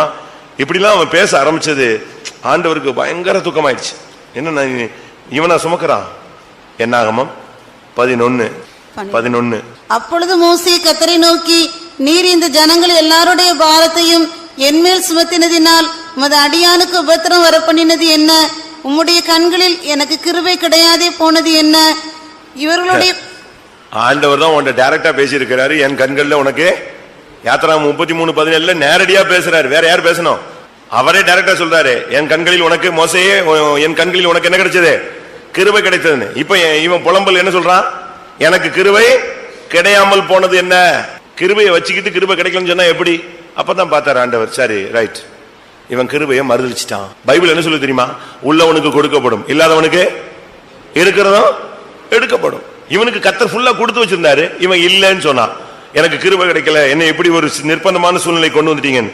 உடனே ஆண்டவர் சொன்னாரு, ரைட், நீ ஒருத்தனா இதை சுமக்காது, நான் உன்னோட கூட சுமக்கிறதுக்கு ஆள் வைக்கிறேன்னு சொல்லிட்டு இவன் இருந்து அபிஷேகத்தை எடுத்து வச்சாரு. இப்ப யாராயிட்டான்? அந்த 70 பேர்ல ஒரு ஆள் ஆயிட்டான். நீங்க எப்ப முடியாது, இந்த விசுவாச பாதையில முடியாது, தெரியாது, வேண்டாம், ஐயோ அப்படின்னீங்கன்னா அப்படியே ஒன்று இருக்கிற 70 போர்ஷன் சர்ன்னு வெளியே போயிடும். அதுக்கு பிறகு உனக்கு கானான் தரிசனத்துல கூட கிடைக்காது. அவன் சொல்றான், அந்த மலையில ஏறி பார்க்கட்டுமா? இல்ல அந்த தேசத்துல நான் கால் வைக்கட்டுமாங்கிறான். மலையில வரைய எட்டிப்பாரு. அது என்ன, மலையில ஏறி பார்த்தா எது தெரியும்? இந்த மாடியில் ஏறி பார்த்தா அங்க உள்ள வீடுல உள்ள மொட்டை மாடியில் உள்ள குடிசையில உள்ள மரங்கள் எல்லாம் தெரியும். அவ்வளவுதான் தெரியும். அவ்வளவுதான். நம்முடைய வாழ்க்கையில எதுக்காக தேவன் கிருபையை கொடுத்தாரோ அந்த கிருபையை நாம் நஷ்டப்படுத்த கூடாது. மோசேக்கு கொடுத்த கிருபையை லாஸ்ட் மினிட்ல விட்டுட்டான். அதாவது 40 வருஷம் விசுவாசியா இருப்பாங்க, கடைசி நாள், கடைசி 1 மாசம் 2 மாசத்துல விசுவாசத்தை விட்டுருவாங்க. இதுதான் இந்த கடைசி நேரத்துல விழுகிற பெரிய விழுகை. 40 வருஷம் விசுவாசம் விசுவாசம் விசுவாசமாங்க. கரெக்டா அந்த 1 மாசம் சாவறதுக்கு முன்னால ஆள் எங்க போயிடும்? விசுவாசத்தை விட்டுரும். அப்ப இவ்வளவு நாள் ஓடினது என்ன ஆயிருது? மோசே நல்லா வந்தான், ஆண்டவரே சாட்சி கொடுத்தாரு, அவனை போல சாந்த குணம் உள்ளவன் ஒருவனும் இல்லை. ஆனா கடைசியில கண்மலையை அடிச்சு அந்த சாந்த குணத்தை கெடுத்து நான் பெற்ற நான் புலம்பி அபிஷேகம் எல்லாம் அவனை விட்டு போய் கடைசியில கர்த்தர் சொன்னாரு, நீ அந்த நல்ல தேசத்தில் கால் வைக்க மாட்டாய். கிருபையை கடைசி நேரத்தில் போக்கடித்த ஒரு நபர் யாரு? மோசே. இதே போல இன்னொரு ஆளும் கிருபையை போக்கடிச்சான். அவனையும் சொல்லிடுறேன். ஆதியாகமம் 19:19. ஆதியாகமம் 19:19. லோத், உமது கண்களில் உமது அடியேனுக்கு கிருபை கிடைத்ததே, என் பிராணனை காக்க தேவரீர் எனக்கு செய்த கிருபையை பெரிதாக விளங்க பண்ணினீர். பாத்தீங்களா? லோத்து சொல்றான், உம்முடைய கண்கள்ல எனக்கு கிருபை கிடைச்சது, என் பிராணனை காக்க இவ்வளவு பெரிய கிருபை செஞ்சிருந்து. ஆனாலும் இந்த லோத்துக்கு இந்த சோதோமு சோவாறு இதை விட்டுட்டு வரவே முடியாது. அவனை காப்பாத்துறது தேவனுடைய லக்கு. அவனை எப்படியாவது கானானுக்குள்ள கொண்டு போகணும். யார? ஆபிரகாம், லோத்து 2 பேரும் தான் பயணத்துல வராங்க. 2 பேருக்கும் ஆடு மாடு இருக்கு, 2 பேருக்கும் மேய்ப்பர்கள் இருக்காங்க. 2 பேருடைய ஆசீர்வாதமும் பூமி தாங்கக்கூடாத அளவுல ஆசீர்வாதம் இருந்தது. சின்ன வாக்குவாதங்கள் பிரச்சனைகள்ல யார் பிரியரா? லோத்து பிரியறான். சோதோமுல போய் செட்டில் ஆயிட்டான். கர்த்தர் அந்த சோதோமின் ராஜாவை பிடிபட வைத்து, லோத்தையும் பிடிபட வைத்து, ஆபிரகாமை வச்சு அவன் என்ன செய்யறாரு? விடுதலையாக்குறாரு. அது எதுக்காக சொல்லுங்க? எப்படி ஆயினும் லோத்தை எங்க கொண்டு போனோம்? எப்படி ஆயினும் கானானுக்குள்ள கொண்டு போகணுங்கிறதுல கர்த்தர் கவனமா இருக்கிறார். அதே போல ஆபிரகாம் அந்த விஷயத்துல ரொம்ப கவனமா இருக்கிறான். ஆண்டவர்கிட்ட போய் கேட்கிறான், 50 நீதிமன்றம் இருந்தா நீங்க அழிப்பீங்களா? 40 பேர் இருந்தா அழிப்பீங்களா? 30 பேர் இருந்தா 10 பேரு? இப்படி வந்துட்டான். கடைசியில லோத்துங்கிற பேர் என்ன செய்யல, சொல்லல. அந்த நிலவரத்துக்கு அவன் போராடி பார்க்கிறான். ஆனாலும் விடுதலை கிடைச்சு மறுபடியும் அவனை கொண்டு வந்தாலும் அவன் எங்கதான் போய் நிக்கிறான்? திருப்பி ஆபிரகாம் ஒரு யுத்தம் பண்ணி பார்த்தான், அதுல ஜெயம் கிடைச்சது. திருப்பி லோத்து எங்க போயிட்டாரு? எங்க போயாச்சு? திரும்பவும் சோதம். சரி, அடுத்து ஆபிரகாம் ஜெபிச்சு பார்க்கிறான், கர்த்தாவே எப்படியாயும் அவனை தப்பு வைக்கணும். அதுக்காக கர்த்தர் 2 தூதர்கள் அனுப்பி யாரை இழுக்கிறாரு? லோத்து. லோத்தினுடைய கையை ஒரு தூதன் பிடிச்சுக்கிட்டான், அவன் மனைவியுடைய கையை இன்னொரு கையில பிடிச்சுக்கிட்டான், இன்னொரு தூதன் 2 பொம்பளை பிள்ளைகளை கையை பிடிச்சுக்கிட்டான், இழுத்துக்கிட்டு வரான். எப்படியாவது இவனை நான் வெளியே என்ன செஞ்சிடறேன், கொண்டு போயிடறேன். அவன் அங்க வச்சுக்கிட்டு இவன் கிருபையை பேசுறான், என்னை வெளியெல்லாம் கொண்டு வந்துட்டீங்க, நல்லது, நான் அந்த மலைக்கு ஓடி போக மாட்டேன், இந்த சோவாருக்கு போறேன், சோவாரிட்டு இருக்கேன். முடிச்சுட்டானா, போய் அன்னையோட அவன் லைஃப். கிருபையை கர்த்தர் உன்னைய பாதுகாக்கிறாரு, ஆபத்துல இருந்து விளக்குறாரு, வியாதியை கொடுத்து உன்னைய திருப்புறாரு, பிரச்சனைகளை கொடுக்கிறாரு, அடி கொடுக்கிறாரு, சிக்ஷை கொடுக்கிறாரு, உன்னைய கண்ட்ரோல் பண்றாரு. எப்படியாவது நீ இந்த கிருபையின் வட்டத்துக்குள்ள வந்து எங்க வரணும், ஜீவ பாதையில வந்து நிக்கணும் தான் ஆண்டவர் நோக்கம் வைக்கிறார். ஆனா உனக்கு காண்பிக்கிற கிருபையை நீ எப்படி யூஸ் பண்ற, உலக பிரகாரமா, மாம்சீகமா, இன்னும் உன்னை டெவலப் பண்றது தான் ட்ரை பண்றே தவிர ஜீவ பாதைக்கு வருகிறதுக்கு அந்த கிருபையை யூஸ் பண்ண மாட்டேன்னு என்கிறாய். நமக்கு கொடுக்கப்பட்ட கிருபையை நம்ம எப்படி யூஸ் பண்றோம்? அடுத்ததாக ஏசாயா 55:3, உங்கள் செவியை சாய்த்து என்னிடத்தில் வாருங்கள், கேளுங்கள், அப்பொழுது உங்கள் ஆத்மா பிழைக்கும். தாவீதுக்கு அருளின நிச்சயமான கிருபைகளை உங்களுக்கு நித்திய உடன்படிக்கையாக ஏற்படுத்துவேன். தாவீதுக்கு அருளின நிச்சயமான கிருபை. தாவீத மாதிரி கிருபையை புகழ்ந்தவனும் கிடையாது, கிருபையை பெற்றுக்கொண்டவனும் கிடையாது, கிருபையிலேயே ஓட்டத்தை ஜெயமா முடிச்சவனும் யாரும் கிடையாது. கிருபையை பத்தி ரொம்ப பேசுனது தாவீது தான். ஏன்னா கிருபையை அனுபவிச்சது அவன் தான். எத்தனையோ விழுகை, எத்தனையோ யுத்தங்கள், எத்தனையோ ரத்தம் சிந்துதல், எவ்வளவோ போராட்டம், வீட்டுல போராட்டம், சிங்கத்திட்ட போராட்டம், கவலையாத்திட்ட போராட்டம், கரடிட்ட போராட்டம், அண்ணன்ட்ட போராட்டம், மாமனார்ட்ட போராட்டம், மனைவிமார்கள்ட்ட போராட்டம், சொந்த பிள்ளைகள்கிட்ட போராட்டம், பெலிஸ்தர்கள்ட்ட போராட்டம், அம்மோன் போராட்டம், மோவாபியர் போராட்டம். இவன் எங்க போனாலும் இவன் வாழ்க்கையில பிரச்சனை தான். ஆனா அவ்வளவுத்தையும் ஜெயிச்சுக்கிட்டே இருப்பான். அந்த ஃபைனல் ரவுண்ட் வரும்போது யார் ஜெயிச்சிருவா? தாவீது ஜெயிச்சிருவான். காரணம் என்ன? தேவன் அவனுக்கு கொடுத்த மாறாத கிருபை. ஒரு இடத்துல ஜெபிக்கிறான், கிருபையை மட்டும் என்னை விட்டு நெஞ்சிடாதீங்க, எடுத்துடாதீங்க. வாசிங்க, ஒரு இடத்துல சொல்றான், ஆண்டவரே உம்முடைய கிருபையை மட்டும் என்னை விட்டு எந்த சூழ்நிலையிலையும் விலக்கிடாதீங்க, என்னுடைய அந்த லெவலுக்கு என்னை கொண்டு போயிடாதீங்க. உம்முடைய சமூகத்தை என்னை விட்டு, உம்முடைய சமூகத்தை விட்டு என்னை தள்ளாமலும், உம்முடைய பரிசுத்த ஆவி என்னை விட்டு எடுத்துக்கொள்ளாமலும். 66 சங்கீதம் 20ஆம் வசனம், 66:20. என் ஜெபத்தை தள்ளாமலும் தமது கிருபையை என்னை விட்டு விலக்காமலும் இருந்த தேவனுக்கு ஸ்தோத்திரம் உண்டாவதாக. அவனுக்கு இந்த பத்சேபால் பிரச்சனையில சிக்கிட்ட உடனே பயந்துட்டான். அந்த பிள்ளை செத்து போச்சு, கேவலமாய் செத்து போச்சு, அடி வாங்கிடுச்சு, பயங்கர ஒரு நெருக்கம் வந்த உடனே மிரண்டு போயிட்டு கத்த ஆரம்பிச்சிட்டான், ஆண்டவரே. அதுக்கு பிறகு பார்த்தான், கத்தர் மன்னிச்சுட்டாருன்னு உடனே தான் சொல்றான், உன்னுடைய கிருபை என்னை விட்டு விலக்காமலும் இருந்த தேவனுக்கு ஸ்தோத்திரம். ஏன்னா அவனுக்கு நல்லா தெரியும், கண்ணு முன்னால சவுலை விட்டு எதை விலக்கிட்டாரு, எதை விலக்கியாச்சு, கிருபையை விலக்கிட்டாரு. அந்த கிருபை விலகின உடனே சவுலுடைய லைஃப் சூசைடுக்கு போய் நின்னுடுச்சு. வாசிங்க, கிருபையை விலக்கப்ப, கிருபை அவனை விட்டு விலகிடுச்சு. அப்படி ஒரு வசனம் இருக்கு. 2 சாமுவேல் 7:15. உனக்கு முன்பாக நான் தள்ளிவிட்ட சவுலிடத்தில் இருந்து என் கிருபையை விலக்கினது போல அவனை விட்டு விலக்க மாட்டேன். பாத்தீங்களா, உனக்கு முன்னால இருந்த சவுலை விட்டு என்னுடைய கிருபை விலக்கிட்டேன், ஆனா உன் சந்ததிக்கோ உனக்கோ என்னுடைய கிருபை விலக்க மாட்டேன்னு சொல்றேன். அந்த கிருபை இருந்துச்சுன்னு சொன்னா உங்க சிங்காசனம் ஸ்டாண்ட் ஆகும். சரி, தாவீதுக்கு கிருபை அளிக்கப்பட்டதுக்கு காரணம் என்ன? நம்ம பாயிண்ட் தீம்க்கு வந்துடணும். நோவாவுக்கு பேழை, லோத்துக்கு ஜீவ பாதை, ஆபிரகாமுக்கு ஒரு சந்ததி ஜெயஜீவியம், யோசேப்புக்கு ஒரு சிங்காசனம், மோசேக்கு ஒரு நடத்திப்பு, தாவீதுக்கு ஏன் நிலையான தாவீதுக்கு ஏன் கிருபை கொடுக்கப்பட்டதுன்னா யுத்தத்துல ஜெயிக்கிறதுக்கு அல்ல. அவனால தேவனுடைய ஆலயத்தை கட்ட முடியல. ஆண்டவர் சொல்லிட்டார், நீ தேவனுடைய ஆலயத்தை எல்லாம் கட்ட முடியாது. அப்ப அவனுக்கு தேவன் அந்த கிருபை கொடுத்ததுக்கு காரணம் என்ன தெரியுமா? நிலையான வீடு. அதான் டார்கெட். நமக்கு அது புரியாது. ஜெயிக்க வச்சுட்டாரு, சிங்காசனத்துல கொண்டு வந்துட்டாரு, இப்ப எல்லா போராட்டத்தையும் விட்டாரு, எல்லாம் செஞ்சான். ஆனா அவனால எதை கட்ட முடியல? பிரதிஷ்டையே பண்ணிருந்தாங்க. நான் படுக்கையில ஏற மாட்டேன், மெத்தையில படுக்க மாட்டேன், என் கண்ணுக்கு தூக்கமே வரவிட மாட்டேன், என்னெல்லாமோ பிரதிஷ்டை பண்ணிருந்தான். எதுக்கு? யாக்கோபின் வல்லவருக்கு நான் ஒரு ஆலயத்தை காண்ற வரைக்கும் நான் இப்ப எதையுமே தொட மாட்டேன்னு சொன்னான். அவ்வளவு தீவிரமா இருந்த மனுஷனை ஆலயத்தை கட்டக்கூடாதுட்டாரு. நீ கட்ட முடியாது, கட்ட மாட்டாய், உனக்கு அந்த பெர்மிஷன் கிடையாது. ஆனா கடைசியில சொல்றாரு, நான் உனக்கு நிலையான வீட்டை, அதான் அவனுக்கு பரலோகத்துல ஒரு இடம், அது அவனுக்கு கன்ஃபார்ம் ஆயிடுச்சு. நமக்கு பரலோகத்துல ஒரு இடம் கன்ஃபார்ம் ஆகணும், அதுதான் ரொம்ப முக்கியம். 2 சாமுவேல் 7ஆம் அதிகாரம், நிலையான வீட்டை நான் உனக்கு கட்டுவேன். வாசிங்க 11. உன்னுடைய எல்லா சத்துருக்களுக்கும் உன்னை நீங்களாக்கி இளைப்பாறவும் பண்ணினேன், இப்போதும் கர்த்தர் உனக்கு வீட்டை உண்டு பண்ணுவார் என்பதை கர்த்தர் உனக்கு அறிவிக்கிறார். கர்த்தர் உனக்கு ஒரு வீட்டை உண்டு பண்ணுகிறார். எந்த வீடு? இவன் அரண்மனையில் இருக்கானே. 19ஆம் வசனம். கர்த்தராகிய ஆண்டவரே, இது இன்னும் உம்முடைய பார்வைக்கு கொஞ்ச காரியமாய் இருக்கிறது என்று கர்த்தராகிய ஆண்டவராய் இருக்கிற தேவரீர் உம்முடைய அடியானுடைய வீட்டை குறித்து வெகு தூரமாயிருக்கும் காலத்து செய்தியை மனுஷர் முறைமையாய் சொன்னீரே. வெகு காலத்துக்கு பிறகு உள்ள ஒரு காரியம் அது. என் மரணத்துக்கு பின்னால உள்ள காரியத்தை வெகு தூரமாயிருக்கும் காலத்து செய்தியை நீர் எனக்கு எரிஞ்சிட்டீங்க, சொல்லிட்டீங்க. எனக்கு என்ன இருக்கு? உனக்கு வீடு கட்டுவேன் என்று சொல்லிவிட்டீர்.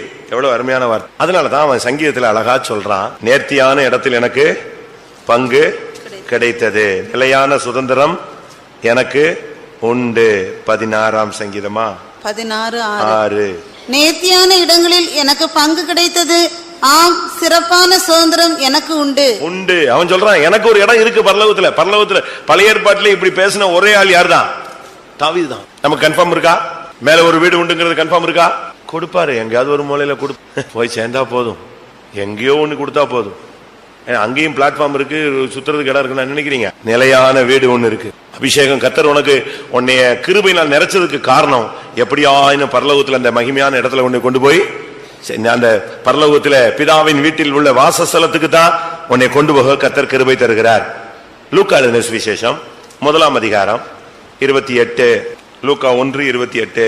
அவள் இருந்த வீட்டில் தேவதூதன் பிரவேசித்து, கிருபை பெற்றவளே வாழ்க, கிருபை பெற்றவளே வாழ்க, கர்த்தர் உன்னோடு கூட இருக்கிறார். 30ஆம் வசனம். தேவதூதன் அவளை நோக்கி, மரியாளே பயப்படாதே, நீ தேவனிடத்தில் கிருபை பெற்றாய். 30ஆம் வசனம். அப்போ இதுல இருந்து என்ன விளங்கிக் கொள்கிறோம்? கர்த்தருடைய கிருபை மரியாளுக்கு இருந்தது. கிருபை இருந்ததுனால தாங்க நிந்தைகள் எல்லாம் சகிச்சா. கிருபை இல்லைன்னா ஒரு பெண் ஏத்துக்கோளா? சொல்லுங்க. கிருபை இருந்தது இல்லைன்னா மரியாள் இந்த நிந்தையெல்லாம் சுமக்க முடியாது, கல்லெறிஞ்சே கொண்டுருவாங்க. ஒரு ஸ்திரீ தவறு செய்தால் கையும் மையுமாய் பிடிக்கப்பட்ட அவ யாரு? விபச்சாரி. அவளை என்ன செய்யணும்? பிரமாணம் என்ன சொல்லுது? கல்லெறிஞ்சு கொல்லணும். சரி, இப்ப இவளை கையும் மையுமா பிடிக்க முடியல. ஆனா இப்ப உலகத்துக்கே தெரியுது இவ யாரு? ஒரு குழந்தைய பெற்றெடுக்கிறார். தகப்பன் யாருன்னு வெளியரங்கமா சொல்ல முடியாத ஒரு சூழ்நிலை. தேவ ஆவியானவர் இறங்கினார்னா பரியாசம் பண்ணுவான். அதனாலதான் இயேசு ஒரு இடத்துல பிரசங்கம் பண்ணி பேசிட்டு இருக்கும்போது ஒரு சிலர் சொல்றாங்க, மோசே எங்களுடைய தகப்பன் அப்படி இப்படின்னு. உடனே அவங்க சொல்றாங்க, நாங்கள் ஒன்னும் வேசி பிள்ளைகள் இல்லை, எங்களுக்கு மோசே தகப்பனா இருக்கான். உனக்கு அப்படின்னு என்ன அர்த்தம்? நீ யாரு? இயேசுவை குற்றம் சொல்றாங்க. அவனை பத்தி, இயேசுவை பத்தி தவறா பேசுறாங்க. அப்படி தவறா பேசும்போது இவர் அவங்கள்ட்ட ஏதோ பேசுறாரு. உடனே அவங்க சொல்றாங்க, நாங்க எங்களுக்கு தகப்பன் ஆபிரகாம், நாங்க வேசியின் பிள்ளைகள் இல்லை, எங்கிட்ட என்னத்தையா நீ பேசிட்டு இருக்காத அப்படிங்கிறாங்க. யோவான் 8ஆம் அதிகாரம் 41ஆம் வசனம். நீங்கள் உங்கள் பிதாவின் கிரியைகளை செய்கிறீர்கள் என்றார். அதற்கு அவர்கள், நாங்கள் வேசித்தனத்தினால் பிறந்தவர்கள் அல்ல. அச்சா பாத்தீங்களா? அடி பளிச்சுன்னு பேசுறான் பாருங்க. இயேசுட்ட பேசுறான். இவர் சொல்றாரு, நீங்கள் உங்கள் பிதாவின் கிரியைகளை செய்கிறீர்கள். உடனே அவன் சொல்றான், நாங்க ஒண்ணு வேசித்தனத்துல பிறந்த ஆளுங்களப்பா, கவனமா இருந்தான். எங்க எந்த பாயிண்ட் அடிக்கிறான் பாருங்க. மரியாளுக்கு இப்படி ஒரு நிந்தை இருந்துச்சு. அதனாலதான் சொல்லி இருக்கிறது, ஒரு பட்டயம் உன் இருதயத்தை என்ன செய்யும்? ஊடுருவி பாயும். இயேசு பிறந்தா ஏத்துக்கிறியா? ஏத்துக்கிறேன், ஆண்டவருக்கு நான் அடிமை. அந்த கிருபை பெற்றவளாய் மாறினதுனால அவளுக்கு இந்த நிந்தை, அவமானம், கெட்ட பேரு, அவச்சொல், என்னென்ன கெட்ட பேர் சொன்னாலும் ஸ்தோத்திரம் பண்ணிட்டு போயிட்டே இருப்பான். யோசிச்சு பாருங்க, சமுதாயத்துல ஒரு பெண்ணு யாரு இதுன்னு சொல்ல முடியாத அளவுல அப்படி போய்கிட்டு இருக்க முடியுமா? நம்ம ஆளுங்களுக்கு சும்மா உள்ளதை சொல்லட்டுமே கோபம் பிச்சுக்கிட்டு வருங்க. ஓன்னு அழுதுடுவாங்க. 3 நாள் சாப்பிட மாட்டான், 7 நாள் சாப்பிட மாட்டான். இப்ப என்னை பத்தி ஒரு காரியம் சொல்லிட்டாங்கன்னா என் மூஞ்சியே மாறிடும். பிரசங்கத்துல முகநாடி என்ன செய்யும்? காயின் தோத்து போயிடுவான், டம்முன்னு மாறிடும். உங்களை பத்தியோ யாரை பத்தியோ லேசா சொல்லட்டும், உன்னை பத்தி எனக்கு தெரியாதான்னு சொல்லிட்டாலே உங்களுக்கு 3 நாள் தூக்கம் வராது. சொல்லிட்டானே. ஆனா மரியாள் கடைசி வரை இந்த நிந்தையை சுமந்தாள். இயேசுவின் நிமித்தம் அதுக்கு அடிமையாக ஒப்பு கொடுத்தா. அந்த பிள்ளைய தூக்குனா, அந்த பிள்ளைய பெத்து எடுத்தா, வளர்த்தா, அந்த பிள்ளைக்கு பின்னாலேயே அலைஞ்சா. அந்த பிள்ளை சிலுவையில தொங்கும் போது என்ன செய்யறா? பார்த்து கண்ணீர் வடிக்கிறா. ஒண்ணுமே பண்ண முடியாது. இதுக்கெல்லாம் சகிச்சு தாங்கி ஜெயிச்சு போனதுக்கு காரணம் என்ன தெரியுமா? அவளுக்கு பெற்ற கிருபை. இயேசுவை பெற்றெடுக்கக்கூடிய கிருபை அவளுக்கு இருந்தது. அவளுடைய டார்கெட் அதுதான். நிந்தை அவமானங்களை சகிச்சு தேவகுமாரனை பெற்றெடுப்பது. நாமும் எப்பெல்லாம் நிந்தை அவமானங்களை சுமக்கிறோமோ, ஏற்றுக்கொள்கிறோமோ, இல்லாத பெயர்கள், கெட்ட பெயர்கள்லாம் நம்ம மேல வருதோ, அப்பொழுது நாம் பாக்கியவான்கள். நமக்குள்ள இருந்து அந்த கிருபையின் இலக்கு என்ன செய்யுது? உண்டாகுது. கிருபை, கிறிஸ்து நமக்குள் உருவாகுகிறார். கடைசியா பவுல் தனக்கு அளிக்கப்பட்ட கிருபையை பத்தி பேசுறாரு. நான் அல்ல, கிருபைதான் அப்படி செய்தது. அவர் கிருபையை தான் அதிகமாக புகழ்ந்து பேசுவார். பவுலுக்கு அளிக்கப்பட்ட கிருபை அது எப்படிப்பட்ட கிருபை? நமக்கும் கிருபை அளிக்கப்படுது. ஆனா நமக்கு அளிக்கப்பட்ட கிருபைக்கும் பவுலுக்கு அளிக்கப்பட்ட கிருபைக்கும் பெரிய வித்தியாசம் இருக்கிறது. பவுலுக்கு அளிக்கப்பட்ட கிருபை எப்படிப்பட்ட கிருபை சொல்லுங்க? எனக்கு அளிக்கப்பட்ட கிருபை 1 கொரிந்தியர் 15:10. ஆகிலும் நான் இருக்கிறது தேவ கிருபையினாலே இருக்கிறேன். அவர் எனக்கு அருளிய கிருபை விருதவா இருக்கவில்லை. அவர்கள் எல்லாரிலும் நான் அதிகமாய் பிரயாசப்பட்டேன். ஆகிலும் நான் அல்ல, என்னுடனே இருக்கிற தேவ கிருபையே அப்படி செய்தது. இந்த கிருபை எதுக்காக பவுலுக்கு கொடுக்கப்பட்டது? பவுல மாதிரி அடிபட்ட ஆளும் கிடையாது, பாடுபட்ட ஆளும் கிடையாது. இயேசுவுக்கு அடுத்து இந்த கிறிஸ்தவ மார்க்கத்துல பயங்கரமான வெளியரங்கமாக நமக்கு எல்லாருக்கும் தெரிஞ்ச, இப்ப எவ்வளவு பேர் பாடுபடுறாங்க நமக்கு தெரியாது. எத்தனையோ பேர் சிறைச்சாலையில கஷ்டப்படுறாங்க, இயேசுவின் நாமத்து நிமித்தம் கொடுமைகளை சந்திக்கிறாங்க, நமக்கு அது என்ன செய்யாது தெரியாது. வெளியரங்கமாக நமக்கு தெரிஞ்சு இயேசுவுக்கு அடுத்ததாக அதிகமாக பாடுபட்டு, இப்ப நீங்க உடனே சொல்லுவீங்க ஸ்தேவான சொல்லுவீங்க. ஸ்தேவான ஒரு 10-15 நிமிஷத்துல கல்லெறிஞ்சு எரிஞ்சிட்டாங்க, கொண்டுட்டாங்க, முடிஞ்சு போச்சு. ஆனா பவுலுக்கு அப்படி இல்லை, இருந்து அடி அடி அடி அடி அடி அடி பட்டு நொறுக்கப்பட்டான். எப்படி இவ்வளவு பாடுகளையும் இவ்வளவு வேதனைகளையும் எப்படி அவனால சகிக்க முடிந்தது? அதுக்கு காரணம் அவனுக்கு அளிக்கப்பட்ட கிருபை. ஆனா அந்த கிருபையினுடைய லக்கு என்ன? கிருபையினுடைய லக்கு இயேசுவை போல் மாறுவது. அதான் முக்கியம். கிருபையினுடைய இலக்கு, பவுலுக்குள்ள அளிக்கப்பட்ட கிருபையினுடைய இலக்கு அவனை எப்படி மாற்றிடுச்சு? விசுவாசத்தை காத்துக்கொண்டேன், நல்ல போராட்டத்தை போராடினேன், ஓட்டத்தை முடித்தேன், இது முதல் எனக்காக நீதியின் கிரீடம் வைக்கப்பட்டிருக்கிறது. அதுதான் கிருபையினுடைய இலக்கு. கிருபையினுடைய இலக்கு பவுலுக்கு கொடுக்கப்பட்ட கிருபையினுக்கு காரணம் பாடுகள், நிந்தைகள், அவமானங்கள், ஊழியம், சுவிசேஷ பிரயாணம், அற்புதங்கள், அடையாளங்கள், சபையை கட்டுவது, அப்போஸ்தலன், இதெல்லாம் இந்த கிருபையில வச்சு செயல்படுத்தினது. முடிவு எது? அவன் யாரை போல மாறுறான்? இயேசுவை போல மாறுகிறான். ஒரு லிமிட்டுக்கு பிறகு சொல்றான், நான் அல்ல, கிறிஸ்து என்னில் இணைஞ்சிருக்கிறாரு, பிழைச்சிருக்கிறார். வாசிங்க கலாத்தியர்ல 2ஆம் அதிகாரத்துல 20ஆம் வசனத்துல, கிறிஸ்துவுடனே கூட சிலுவையில் அறையப்பட்டேன், ஆயினும் பிழைத்திருக்கிறேன். இனி நான் அல்ல, கிறிஸ்துவே எனக்குள் பிழைத்திருக்கிறார். முடிச்சானா? இப்ப பிழைச்சிருக்கிறது நான் அல்ல, யாரு யாரு எனக்குள்ள பிழைச்சிருக்கிறா? கிறிஸ்து எனக்குள்ள பிழைச்சிட்டாரு. கிறிஸ்துவ போல மாறியாச்சு. நான் இப்ப கிடையாது, என்னையா ஓட்டம் முடிஞ்சிருச்சு. இப்ப எனக்குள் பிழைத்திருக்கிறது இந்த அளவுக்கு கொண்டு வந்தது அந்த கிருபை. எல்லாரும் கண்களை மூடுவோம். நமக்கு இந்த கிருபையினுடைய அளவு, இலக்கு என்ன? எதற்காக தேவன் கிருபை தர்றார்? சும்மா கிருபை கிருபைன்னு சொல்லிட்டு இருக்கிறது அல்ல. கிருபைக்கு ஒரு வேலை உண்டு, கிருபைக்கு ஒரு இலக்கு உண்டு. தேவன் பழைய ஏற்பாட்டிலும் புதிய ஏற்பாட்டிலும் தம்முடைய பரிசுத்தவான்களுக்கும் தன்னுடைய பக்தர்களுக்கும் கிருபை அளித்ததுக்கு காரணம் ஒன்று, அந்த கிருபையினால் இந்த உலக வாழ்க்கையில அவங்க ஜெயமா ஓடணும். கிருபையினால இலக்கை தொட வேண்டும், பேழையை உண்டு பண்ண வேண்டும், பேழைக்குள் பிரவேசிக்க வேண்டும், கானான் பயணத்தில் இணைய வேண்டும், கானானுக்குள் போய் சேர வேண்டும், ஈசாக்கை பெற்றெடுக்க வேண்டும், ஈசாக்கை தெய்வீக சந்ததியாய் நிலைநிறுத்த வேண்டும், பாடுகள் சோதனைகள் இவைகளிலே பாவம் இல்லாமல் ஜீவிக்க வேண்டும், யோசேப்பு சிங்காசனம் போய் சேர வேண்டும், மோசே இந்த ஜனங்களை நடத்த வேண்டும், கடைசியாக அந்த கானானுக்குள்ள கால் எடுத்து வைக்க வேண்டும். அந்த இலக்கு தடுமாறி விட்டது. தாவீதுக்கு எவ்வளவோ காரியங்களை கர்த்தர் வெளியரங்கமாக சொன்னாலும் கடைசியாக சொன்னார், உனக்கு நிலையான வீடு உண்டு, நேர்த்தியான இடத்துல உனக்கு ஒரு பங்கு உண்டு. மரியாளுக்கு பல நிந்தைகளை சுமந்தாள், இயேசுவை பிறப்பித்தாள். பல பாடுகளை பட்டான் பவுல், இயேசுவை போல மாறினான், கிறிஸ்து பிழைத்திருந்தார். இந்த கிருபை நமக்கு போதுமானது. எல்லாரும் கண்களை மூடுவோம். 1 நிமிஷமோ 2 நிமிஷமோ சரண்டர் பண்ணிட்டா போதும். மரியாள் ரொம்ப பெரிய எல்லாம் ஜெபம் பண்ணல, ஹல்லேலூயா ஆண்டவரே எல்லாம் பேசல, கண்ணை மூடிட்டு ஒரு வார்த்தை சொன்னா, இதோ நான் ஆண்டவருக்கு அடிமை, அவ்வளவுதான். கர்த்தர் உடனே தன்னுடைய வேலையை ஸ்டார்ட் பண்ணிட்டார். இப்ப கண்ணை மூடி நெடுமலங்கால் போட்டு நீங்க சொல்லுங்க, ஆண்டவரே உம்முடைய கிருபைக்கு நான் அடிமை. இந்த கிருபையை வைத்து நீர் எனக்குள் என்ன செய்ய விரும்பி என்னை இந்த பூமியில கொண்டு வந்தீரோ அதை நிறைவேற்றும். எந்த காரியத்தில் நான் முறிவு பெற வேண்டும் என்று விரும்பினீரோ அந்த இலக்கை அடைய அந்த கிருபையினால் எனக்கு உதவி செய்யும். அது எனக்கு போதும். கிருபையினால் சிங்காசனம் ஸ்தாபிக்கப்படும். கிருபையினால் இந்த பாடுகளை நாம் சகிப்போம். கிருபையினால் இந்த பாதையில் முன்னேறுவோம். கிருபையினால் இந்த பாதையில் ஜெயிப்போம். கிருபையினால் இயேசு வரும் பொழுது மறுரூபம் அடைவோம். கிருபைக்கு கொஞ்ச நேரம் இடம் கொடுங்க பார்க்கலாம். கிருபையின் ஆவியை நான் ஊற்றுவேன் சொன்னாரே, அந்த கிருபையின் ஆவி இப்பொழுது இந்த கூட்டத்தில் இருக்கிறவங்க எல்லாரும் மேல ஊற்றப்படட்டும். அப்படி ஊற்றப்பட்டால் அந்த கிருபை உன்னை நடத்தும், அந்த கிருபை உன்னை இலக்கை அடைய வைக்கும்.